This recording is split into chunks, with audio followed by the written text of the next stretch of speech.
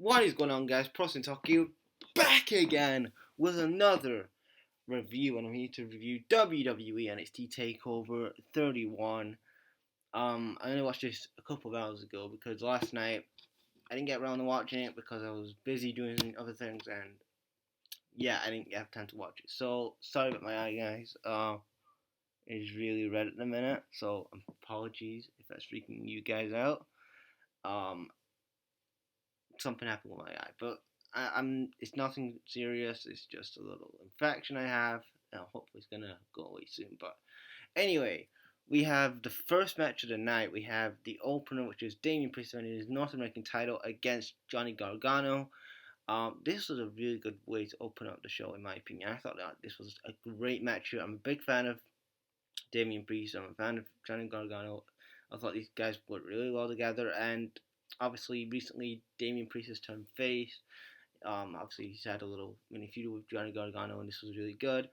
Um, and I thought it was a really good opening match. A lot of good back and forth, a lot of good spots outside the ring and stuff like that. Damien Priest picks up the win with the actually before that he did a razor's edge on the ring apron, which I thought was pretty cool. But yeah, he did like a power slam for the win, and Damien Priest is still your North American champion. Now I think at this point now we're having the draft, which I hate the draft, and I'm going to do a video on why I don't like. I'm going to do a video on my thoughts on the draft that's coming back this year. Is I think Gargano and Candice LeRae are going up to the main roster.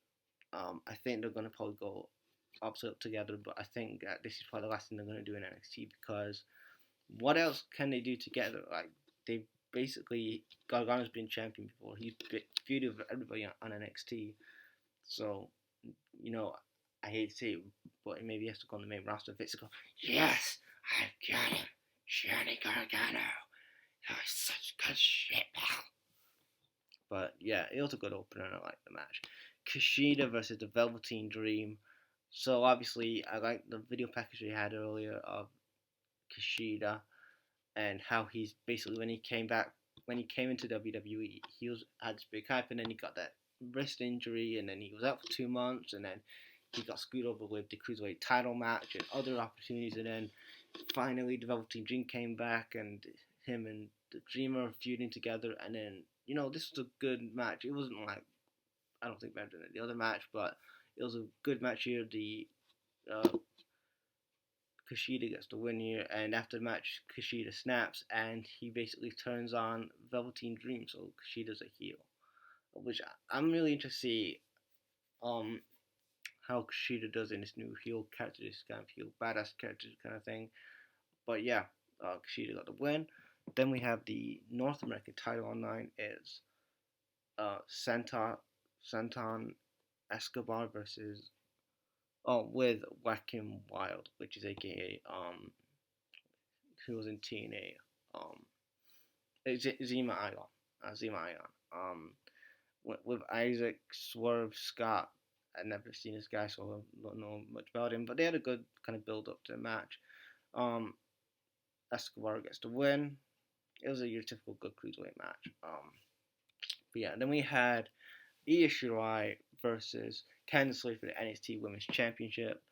Obviously, I'm really digging Candice LeRae as a heel. Though, like she was so bland and just generic as a babyface on NXT. And since they've done this power couple thing with her and Gargano a couple months ago, like she's just got a new lease of life, and she's like, better. I think as a heel, she doesn't suit that babyface kind of role. Like she's way too blunt to be a babyface, and her as a heel is just way better. She's like in the video pack, she was like, I'm tired of everybody, everybody else, all sorts of nice girls, everybody's sister, and they're screwing me over, fuck those guys, and obviously, stuff like that. And this was a really good match. I really enjoyed this women's match.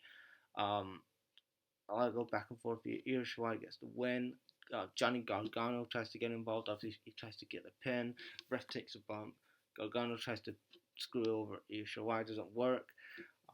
Then Io Shirai gets the win. Then after the match, Toni Storm came in, and she returns, basically saying that she's going after the NXT Women's title next. And then Ember Moon came out. Ember Moon, Zargon's boy, my boy Zargon7, his girl came out and finally made a return. And yeah, she just basically just looked at the NXT title saying, like, I want the NXT title. And then that was that. And then we got to the main event of the night. It was Finn Balor versus Kyle O'Reilly for the NXT title.